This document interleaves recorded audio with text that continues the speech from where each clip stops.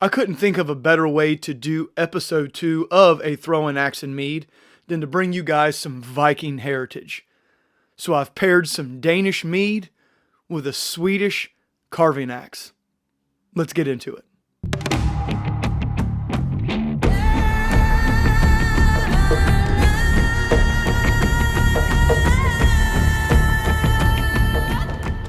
Welcome back to Midgard Axe. I am Wes, the Suburban Viking, and we are on episode 2 of A Throwing Axe and Mead. If you haven't seen the first episode, go check it out. I'll put it up at the top. Go check it out. It's really cool. I talk about the axe that basically made me and made Midgard Axe. And I feature some really awesome mead in that video as well. So please go check it out. This is episode 2. And in episode 2, I told you guys at the beginning of the video, I am bringing you some Danish mead. And that's what we're going to cover first. The DANSK MJØD Odin's Skull. What a cool freaking bottle. I don't know if you guys can see this or not. We've got runes all the way around this bottle, which is really freaking cool. And from the way that it looks up at the top, I am not going to need a cork opener. It looks like it's the kind that you just kind of twist off and push off. So we should be good there. But man, what a cool looking bottle this is. I really do enjoy that. And that was one thing that led me to pick this, was because of the bottle. I do have a place local to me that sells the DANSK MJØD mead. All kinds of different flavors. So we will be getting into other flavors of this because they're available to me and they're right up the road, which is really cool. And I will tell you guys, being in the part of the country I'm in, there's a bunch of Viking stuff around me. You just got to look for it. But there's a ton of stuff around me. Danish stuff, Swedish stuff, all kinds of different stuff around me, which is really cool. And I do enjoy heritage and I enjoy different cultures. I always have. Odin's Skull. What a cool bottle. What a cool bottle. Now this one here, it says on the front, Nordic honey wine with sour apple juice, hops, and cinnamon added. So it looks like we've got a lot going there. If I had to guess, I'd say we got honey, sour apple, and cinnamon all hitting us all at once, or maybe it'll be a trifecta. I've had some meads before where they stage the taste.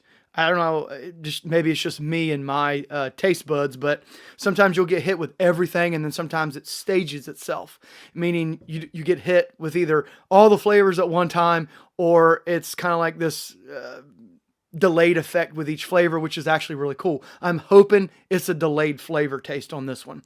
So let's, pretty cool. Let's go ahead and open it up and let's take a smell. That smell is very reminiscent of something. Actually, you know what it kind of smells like? You guys are going to think I'm crazy. Kind of smells like eggnog. Just a little bit. I love eggnog. So, just FYI. Anyway, all right, enough talking. Let's pour us a glass here. All right, we got about a half a cup. And let's go ahead and give it a smell here in the cup, because sometimes it'll smell a little different in a cup than it will in the bottle. Okay, smelling it, it does have a lot of cinnamon. You can smell the cinnamon and you can smell the apple. And it does have a little bit of a sour apple smell. So I do get that. Okay, let's go ahead and give it our first taste. Move the mustache out of the way so we don't spill it everywhere. And we'll just do a small sip.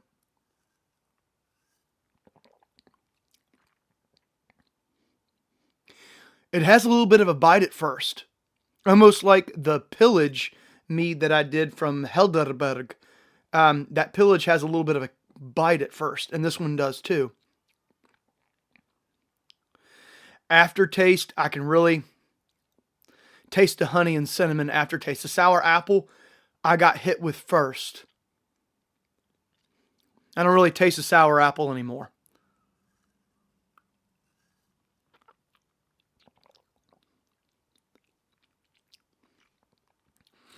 It's like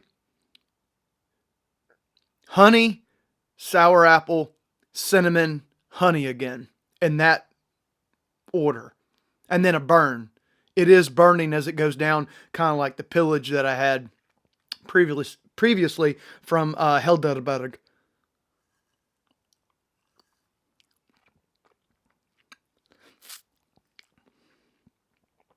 not bad. It is really sweet. A little bit of sour at the beginning, then it turns sweet, and then that burn at the end. It's really good. It's not bad at all. I actually really like it. I feel like this one is more, I don't know how to explain it. If you guys have ever lived next to a local brewery or maybe next to a local winery, their stuff tastes a little differently than commercially available stuff. Not saying that it's better or worse. I'm just saying it tastes different. And in my experience, in my opinion, every time I've lived next to a local brewery or a winery or a mead place of some sorts, I always enjoy that more than something that's commercially available. It just has a different taste to it, in my opinion. And this one right here, even though it is commercially available, it's not bad. It is good. I just think the Hell Butter is a little bit better. But with it being local to me, and they do have other flavors, which I will put up on the screen now, the other flavors that the DANSK MJØD provides to its customer base. And we'll get other ones and taste them. Maybe it's just this flavor I'm not a huge fan of, but maybe they make some better ones, and I'll try those too. But this one right here is not bad. It feels very festive if I had to put it into any category. It doesn't feel very summer-ish. It doesn't taste like a summer mead. It tastes more like a fall or even maybe a winter mead if I had to categorize it in any way. But still yet, it's really good. I could totally drink that at Christmas time or sometime in the winter. It just has that winter taste. I don't know. That's just me. Maybe you guys will have a different experience with it, but it's still really good. So check them out. If you don't know who they are, I'll put their information up on the screen and you can take a look at them. They do have a YouTube channel too. I did run across the owner talking about how he does his mead. So check them out. They got some pretty good stuff. And I love that bottle with the runes on it, guys. That's really cool. Okay. So getting into the actual Swedish carving axe that I told you guys I was going to bring you on this channel. And I have done one short with this carving axe. I've done one short. Haven't done a review on it yet. I will in the future. I will have a review coming with this Swedish carving axe. I just haven't gotten one yet, guys, because they're pretty expensive.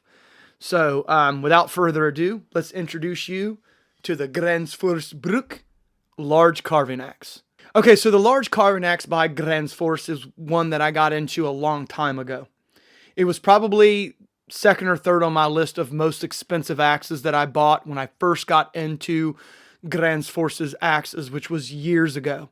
Now, the reason why I have such a soft spot for Gränsfors axes is because I think they are great for what I use them for. I think they're great multi-purpose tools, and it has a lot to do with how they design their bits and their cheeks. I think they work out really well for chopping, and they work out really well for axe throwing. To me, in my experience, in my opinion, guys, this is the ultimate, not this one here, but Gränsfors's axes, to me, are like the ultimate multi-purpose axe that you can chop with and you can throw. The bits are really good for axe throwing, but they're still thick enough to do work and not bend and crack and all that stuff. Now, I will say, guys, I know some of you, and I've experienced it before too, where Gränsfors's bits kind of shit the bed a little bit. But for the most part, with how many I've gone through, it's only been every blue moon I'll get one that'll do that. And normally speaking, I can go back and reprofile the bit and it doesn't do it. That's why I like Gränsfors so much, because in my experience, I just think they're multi-purpose tools. They work out great for axe throwing. As you guys know, I've done a lot of different Gränsfors axes on this channel. I've featured the small forest axe. I have featured the broad axe. Two broad axes up there on the wall there. My modern day Dane axe for axe throwing features a Gränsfors Bruk broad axe head. And I've done all kinds of different designs on them, and they fly really well. So they're great tools and they're great flyers. The large carving axe was one that I got years ago, and I just really enjoyed its compact size, 14-inch handle. Now this one here is weighing in at 1 pound and 12 ounces because I have redesigned this head. This is not the way it comes to you if you order it online. I've put the beard in it, swooped it down to the heel, and I've also taken a lot off the top here to give it more of a swoop towards the toe. You can see where I've made my marks and up here at the top. Also, if you don't notice back here on the pole, it's not as thick as it normally is. I took the pole inward towards the axe eye and made it a lot thinner in here to take some weight off the back, because it does come with a pretty thick pole. And I wanted to kind of shave mine down. So mine's a lot thinner than it would come to you from the factory.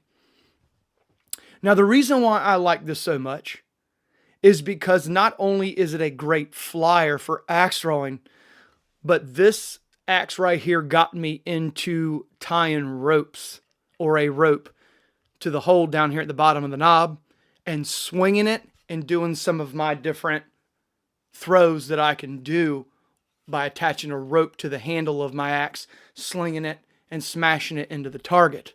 If you guys don't know, I did that knob down there at the bottom. It's kind of custom. I would not recommend doing something like that if you're going to use it for throwing. These knobs right here, when you start doing specialty knobs like this, they're horrible for axe throwing. This will split really quick. The only reason why I did this design at the bottom is because I've made this a dedicated rope axe where I tie my rope to this and sling it around. I've done one short showcasing how I can sling my axe around with a rope, and I use this one here. I've been working with that for a few years, and I've yet to showcase it on this channel, but I will. It's coming. We'll do some videos in the future of how you can sling your axe around with a rope on the end, and tips and tricks that I've learned along the way, and how fun it is. It's not really designed for anything useful, so to speak. It's more just cool looking and a little bit more of a showcasing your skill. That's the way that I look at it. So this right here is really cool. I took the head off of this handle, thinned the handle down, redid the knob, did the design in the axe head, put it back on the handle, and then splayed it over the top with a steel barrel wedge. It is a little dried out because I retired this one. I have yet to throw it. I haven't thrown it since I made that one short when I wrapped this thing around my target with the rope and put it up and said, that's it, I'm done. If you guys don't know, the reason why I've retired it is because this one's sentimental to me. This is what paved the way for a lot of my twirling of the rope with an axe, being able to do all kinds of different cool stuff with it. The last time I used this, as you can see here, there is a split in the handle from here all the way down to here. Basically, this whole chunk of wood came off the handle. I continued to still sling it around, but this whole section came off. If you guys can see it, I'll give you a better look here. You can see the crack in it right there. This whole section of wood came off. And what I did was I pressed it back on with wood glue and then tightly secured it back in there, and it's held, and then I retired it. I am going to do a review on a large carving axe from Gränsfors in the future without any modifications done to it. Normal handle, normal carving axe head, and I'll show you guys how you can use this as a great throwing axe. You can. Multi-purpose tool. This thing can do a lot. It's little, but it has a little bit of heft to it. But man, this thing can do a whole heck of a lot, guys. It really can. Now, I did sell this on my website, and there is probably a handful of these out in the wild. So I'm interested if any of you out there bought this off my website, because I did a few of these designs, not very many, and sold them. Let me know in the comment section if you bought one, how you like yours, and if it's holding up for you.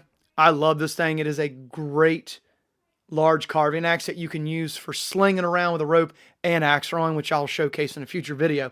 Now, I will tell you guys, I got my very first troll, I mean hardcore troll on this channel from that one short I put out like a year and a half, almost 2 years ago, by tying a rope to this and slinging it around.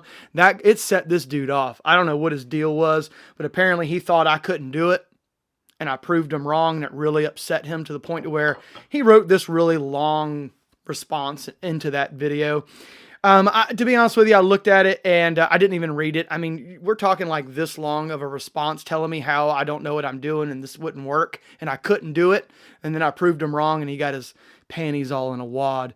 But yeah, I don't know what the deal is with that. But I will say I checked his channel out. He does have a YouTube channel.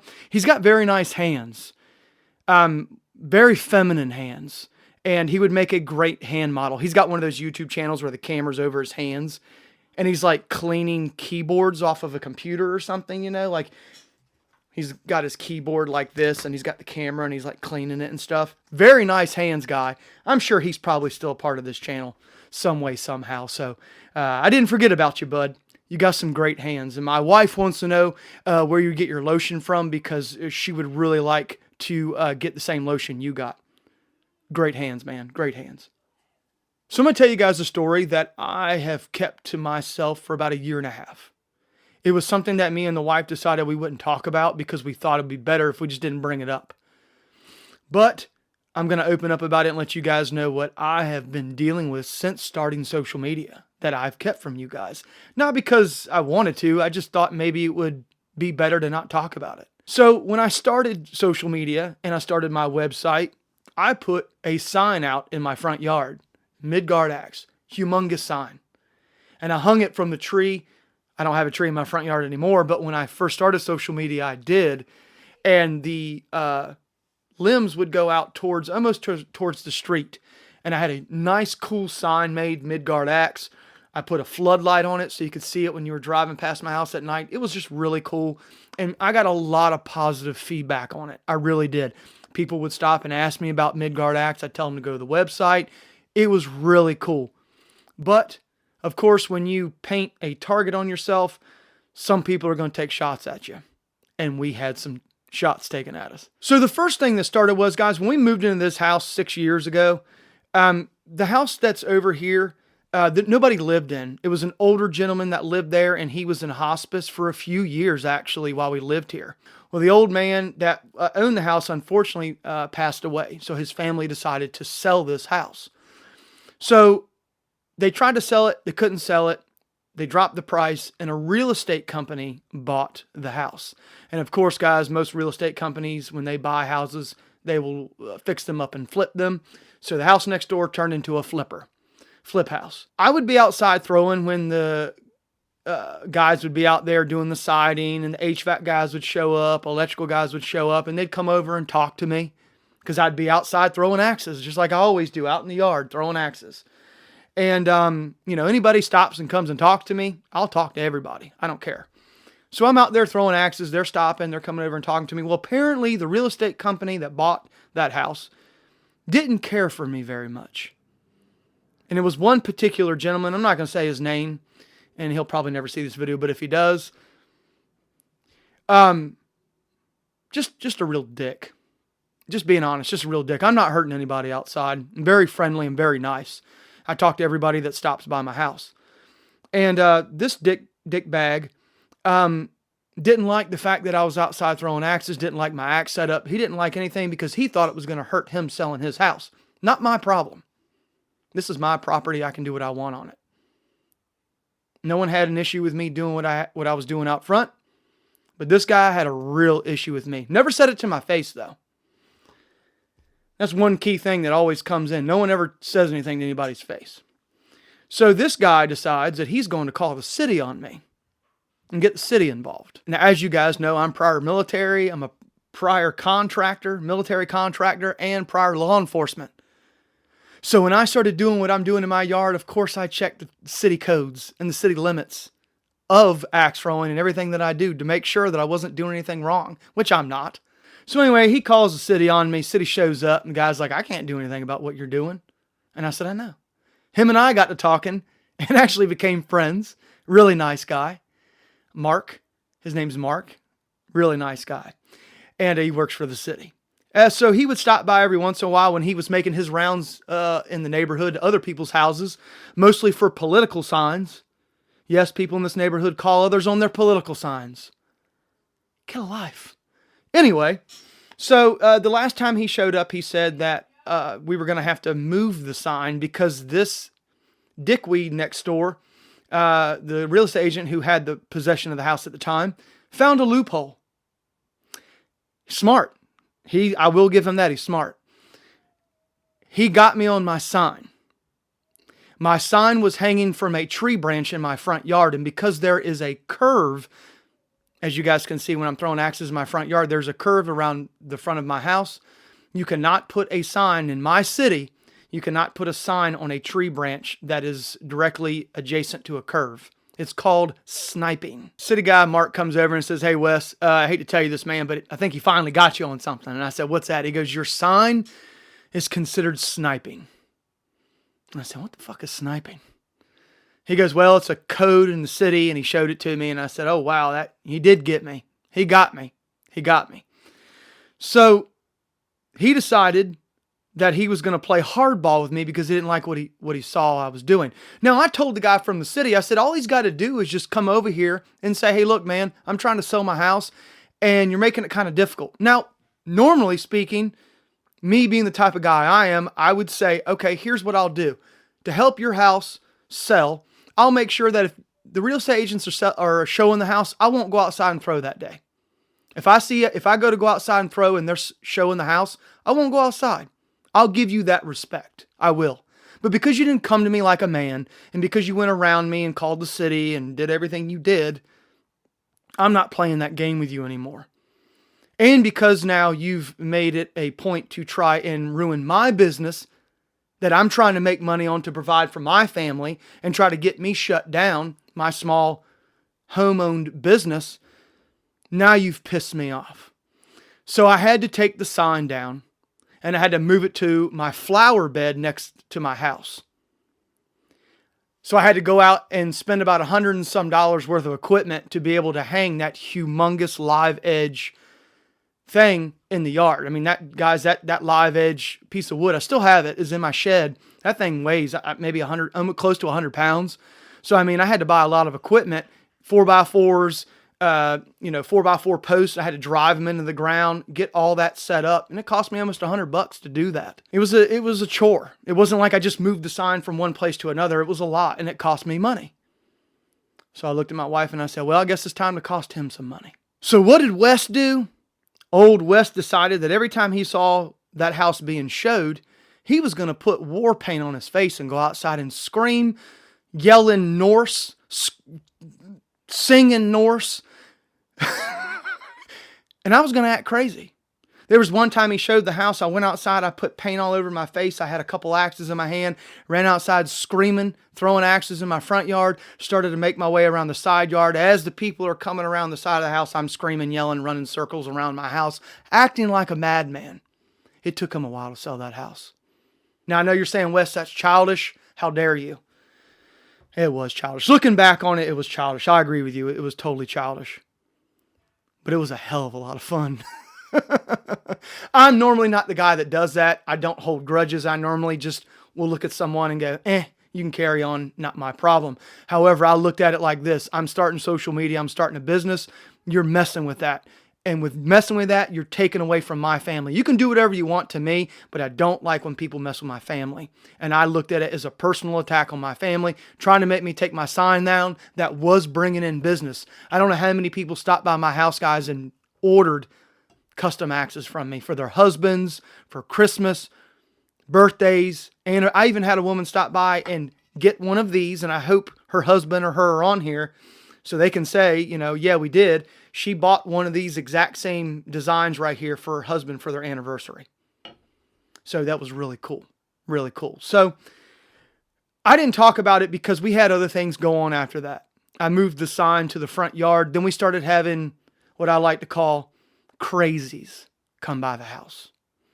We had a woman come by the house and she started filming my children out in the front yard. And the weird thing about it was, and my wife can back this up, when she stopped by the house the first time, she pulled into the driveway. I was outside throwing axes in the evening. I wasn't filming. It was just me throwing axes in the evening in the front yard. I had my fire pit that's on my deck out front lit up, and I was just out there throwing. My wife was out there. We were just sitting out there talking, and I was throwing axes. Typical evening for us back in the day before social media. And she pulls in the driveway, and she gets out, and she goes, "I'm here for the dryer vent." And me and my wife kind of looked at each other and said, "We don't know what you're talking about." And she was like, "Well, I got on a Craigslist ad, and they had a dryer vent I needed, and they said that they were at the house. They gave me your address and said it's where the axe throwing guy lives. That's the house."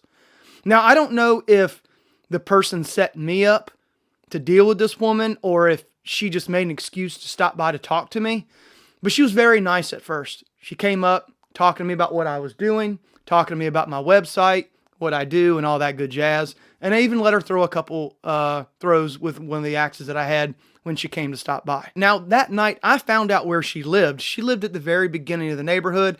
She didn't really have any reason to come by our house to get to her house from any which way. There's way better routes to get to her house than by my house. But for some reason, we were always seeing her drive by. All the time driving by, and she was an older woman, I think she had one older daughter that was around my age. She was just, me and my wife kind of chalked it up as, she's lonely. She didn't have a husband, and, she's just lonely. So I was like, no harm, no foul, not a big deal. But then it started getting a little creepy because then we would see her drive by really slow, kind of looking for us, looking around the side yard as she's driving by really slow. I even seen her one time almost get rear-ended because she had stopped in the middle of the street to look at our house. So at that point in time, I told my wife we really need to start paying attention to this woman. Nothing to be alarmed about yet, but she's just a little odd. So what happened to cause us to call the police on her was one night, it was in the summertime, it was around 8:30, it was dark, it had just gotten dark, and my wife was putting our oldest daughter to bed, and the window was open with her light on, and I just happened to be coming out of the master bedroom down the hallway, and I kind of looked over at my daughter's room, and I kind of looked out the window from the hallway, and I noticed that there was an SUV parked out on the curb in front of our house, which isn't a huge deal, but you guys see our house, it's a curve. It's not a really good place to stop in the street. It just isn't. So I kind of looked out and I was like, well, let me check this out. I'm always on the lookout, guys. I really am. I've always been that way. Anytime a car stops in front of our house, I'm checking it out. So I go to the window in another room where the light's off so I can look through the blinds and not see me. And I see it's her. And I see her like this. Phone out the window, pointed at our house. Now, it's dark outside. What are you filming? The only thing that I can think of that she's filming is that you can see my daughter in her room because her light's on with her blinds open. So I yelled at my wife, hey, that lady's out front. I think she's recording the house. And my wife immediately goes, she's trying to film the kids. What else are you filming? It's dark. You can't see anything. So my wife goes on the front porch and yells out to her, hey, how are you? What's going on? And she goes, oh, nothing, just hanging out. And my wife's like, well, what are you filming? She goes, nothing. My wife had really good restraint at first.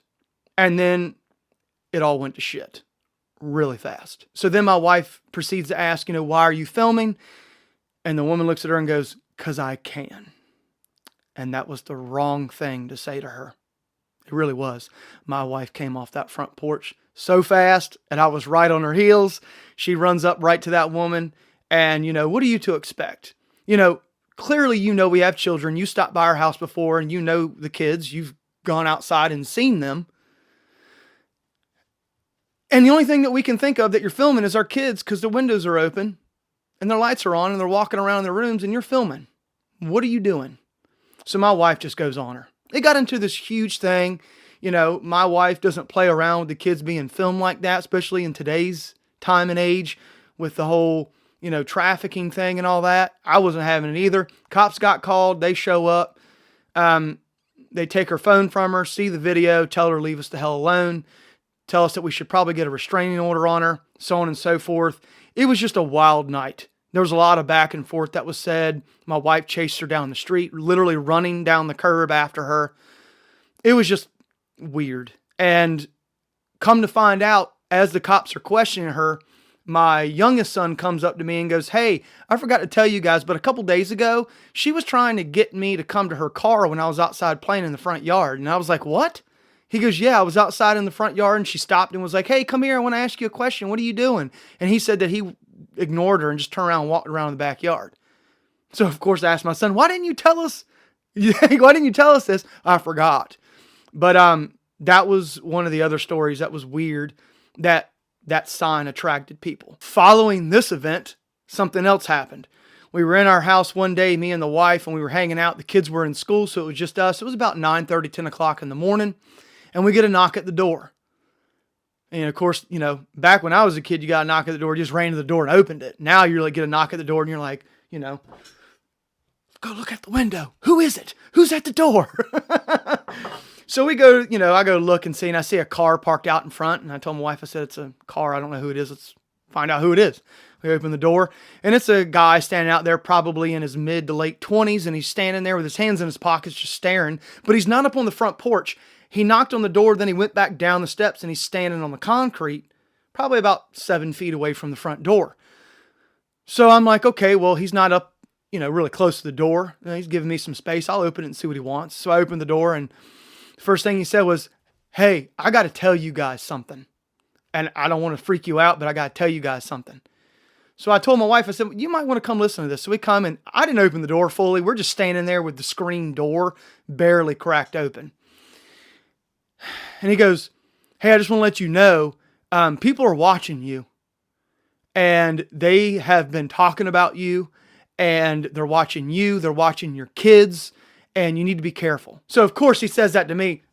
The screen door comes flying open, and I come chest puffed out, come to the edge of steps. I said, what the hell are you talking about, man? Well, I'm just letting you know, man, the people have been messaging me on my computer. They've been calling me saying, hey, that Axe guy across the street, we're going to get him. We're going to get his kids. We're coming after him, and we're coming after you too. I kind of look at my wife, and I'm like, what the heck is this guy talking about? Now, he's not showing any signs of anything. He acts scared. He's not threatening at all by any means. He acts scared. So at this point in time, I get off the front porch. I kind of maneuver my way around him, not getting very close. And I kind of pull my phone out of my pocket and I hang it down by my leg. Turn the camera on with that side button, and I start taking pictures of his car to get his license plates. So I'm standing there. And he's telling us all this stuff, just goes on and on, repeating the same thing, adding details here and there. And I said, you know what? I've had enough of this, man. I appreciate your time. Thank you. He tells me where he lives. I said, if I got any more issues or if you hear anything else, let me know. Thanks. He goes to get in his car to drive away. And I said, let's call the police. And that's exactly what we did. We called the police, showed him where he lived, told him where he lived, told them what he had said, so on and so forth. Come to find out, the police go over there. He's living with his parents, and his dad comes out and talks to the police and was like, he went over to the Axe guy's house and said that. Apparently the guy suffers from some mental illness, but I understand that to a certain extent. The part that got me, mental illness or not, was the fact that he's incorporated our family into these delusions or whatever he's having.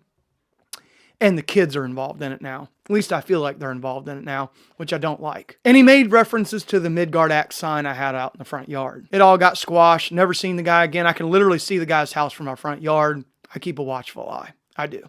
However, that's not the thing that caused me to take the sign down. There was one other thing that happened that was pretty big that caused me to take my Midgard Axe sign down. So I came home from work that day, and I noticed that there was a log on top of my mailbox. Now, knowing about certain things about people and the things that they do when it comes to kids, if you get my drift, people will do things to people's vehicles to mark where certain people live. And I thought that's what the case was here. Someone was marking the house. And I know you guys are thinking, oh, you're going to the extreme. Guys, I go to the extreme all the time. I'd rather go to the extreme and nothing happen than to overlook it and go, no big deal, and something happen. I'm going to take to the extreme every time because I'm a father and I don't have that option. I don't have the option to just think, oh, no big deal. I just don't, especially having 4 kids. So I noticed that there was a log on top of the mailbox. And I was like, that's odd. And then I noticed that there was logs in the front yard. Now, I do have kids. So even though I immediately thought, who the hell did that? I was like, kids are playing around with the wood, throwing it around, building something in the front yard, whatever. So I'll go around and ask all the kids, did you do that? No, it wasn't me. No, it wasn't me, which is what I hear commonly every day anyway. But something about it just didn't sit right with me. They seem to be telling the truth. I normally can tell if they're being honest or not. And for the most part, they're usually pretty honest about stuff like that. So when they said they didn't do it, I believe them. But there was something that was sticking in my side that just didn't seem right. Now, after we had the gentleman come to our house and say someone's watching you and yada, yada, yada, we got cameras, and I still do. I have them everywhere. I got so many cameras around my yard, it's not even funny, covering every inch of this property. And I have cameras on the inside of the house. I don't even know how many cameras I have. I would say probably upwards of 12 to 14 cameras. I'm not playing. I have them everywhere. And they cover every inch of my property and including every inch of this house. And I have it set to where I get motion activated alerts. As soon as something picks up, I get a notification. I can watch it live. It records everything. I've got everything buttoned up. Now that morning when I left for work, I noticed that I had some notifications on my phone. But to be honest with you guys, I got so much running around my house at nighttime. Raccoons, possums, cats, stray dogs, spiders in front of the camera that I don't always check them right away. I'll check them, but it'll be later, or sometimes I forget to check them, whatever the case may be. So when I got home and asked the kids, I said, no big deal. But then I remembered that when I woke up that morning, I had like 6 or 7 notifications at like 4 in the morning that there was motion activated all in the front yard. 3 and 4 cameras picking up motion. So by this time, guys, it's around 7:30 in the evening. I sit down on the couch, I pull up my phone and start checking the camera. Now the camera picks up 4 guys come into the yard, into the front yard, past my sign. And from the looks of it, it looks like they were probably in their early to mid-20s. I'm not talking about like 15-year-olds here. I'm talking about adults. Probably from the age of 19 to I'd say 24-ish, 25-ish. There was 4 of them. One guy stayed out in the street with a book bag on. Looks like he was on his phone. 2 other guys walked into my yard and stood in my front yard while the 4th guy walks up onto my front porch and he starts grabbing wood off my front porch. And he starts to position it in the middle of my yard like he's going to start building a fire. So as he's taking wood off and he's putting it in the middle of the yard, I see the guy in the middle of the yard look up and he sees the cameras on. And he kind of nudges the guy to the side of him and he goes like this. The guy looks up. I hear him yell something to the guy on the front porch. He tells him to come here. He walks over. He whispers something to him. Next thing I know, they all 4 take off down the street running. And from the looks of it, it looks like they were going to build a fire pit in the middle of my front yard and light it on fire to send me a signal. So we called the police, made a police report. I showed them the video. They have it. They said that if they could do anything, they would. A couple weeks later, I get a notification. People walking by on the curb in front of my house. Looks exactly like those same dudes. Open up my phone again. Look, now they're standing in my front yard and it looks like they're trying to look at the cameras. They're only about 2 or 3 feet into my yard. Don't care. You're on my property now. I came up to that front door and I 300 Gerard Butler, King Leonidas, that front door and came barreling out. And they scattered like roaches when you turn the light on. And they all took off running. Didn't get a chance to confront them, but I think I made my point. I say all that to say this. I had to take my Midgard Axe sign down. It was causing too many issues. And it really sucks that we live in a day and age to where someone like me can't promote their business or promote social media in their front yard because even though it draws great people and it gave me business, it really did. It drove a few crazies over here that had to take the sign down. And it really sucks. I really hope I could put that sign up at some point, but I don't think I'll be able to. But it was a staple to this house. It was a staple to my family. We all were really proud of that. We all really enjoyed having that sign out front. It distinguished us as axe throwers, axe makers, very friendly people, but we don't take shit. And that was one thing that I really regret ever doing is putting that sign up. Even though I wish I could, I probably should have never put that sign up. Lesson learned, but I am ready for future events if they occur. And that's all I'm going to say about that. And that's not an invitation. I'm not interested in that. Don't come over here. Just don't even do it. If you want to stop by and throw axes with me, if you want to have a good time, I'll be more than happy to throw axes with you and have a good time and converse. I'm just not interested in dealing with that stuff. That was what my life used to be back in the day when I was in the military and did all that. I'm done with that now. I want to have a good time. I want to enjoy my kids. I want to see my grandkids. So just a plea out there. I'm not interested in doing that stuff anymore, guys. I'm not saying that I won't take care of my family. I'm just saying I'm not interested in that. That's not my game anymore. I want to throw axes. I want to have a good time and I want to enjoy life. So that's my story for this episode number 2 of A Throwing Axe and Mead. Hope you guys enjoyed the stories, craziness. I decided to share it. I've kept it to myself for a year and a half now because I thought it'd be better if I kept it to myself, but more people know about it. Maybe I'll get some people helping me out in that department. So I appreciate all your time and support. Hope you guys enjoyed the video. Hope you enjoyed the axe. I can't wait to get a Gränsfors Bruk large carving axe unmodified and throw it for you in a future video because I think it's going to be great. And I haven't thrown one yet unmodified. All the ones that I threw were modified by me, so I'm interested in getting one and throwing it the way it comes from them. And I hope you guys enjoyed the mead from Denmark, the Danish Mead, Odin's head, or Odin's skull, I should say. Same thing. Head, skull, whatever. Pretty good, pretty good. I would probably get that if you wanted to get it around holidays. Wintertime, I think it'd be good. I think people would like it. So that's it, guys. I'm out of here. Thanks for all your support. Thanks for making this channel what it is. Sorry I went on so long in this one, but I don't like cutting corners and stories. And I feel like if I leave just a little bit out, it's a detriment to the whole story. Maybe I'll get better at that and sum up my stuff so it's not so long. But for some of you, you really enjoy these stories and you really enjoy me taking my time and telling you guys this stuff. So for some of you that watch all the way through, hope you guys enjoyed the video. So come back and watch some more. Hand is almost healed, guys. As you can see here, it's almost healed. I'll throw some pictures up now. If you're squeamish, don't look at it. There's no craziness. It's just, it's kind of open a little bit, but it's healed at the same time. I'll show some pictures of it now so you can take a look at it. It was nasty, but we're just about there. I told my wife I was going to go outside and throw axes today. She goes, not a good idea. You probably should let it heal a little more. And I said, okay, you're probably right. She's screaming at me right now across the house. Yeah, I did. All right, guys, I'm out of here. Thanks for all the support. But until next time, see ya.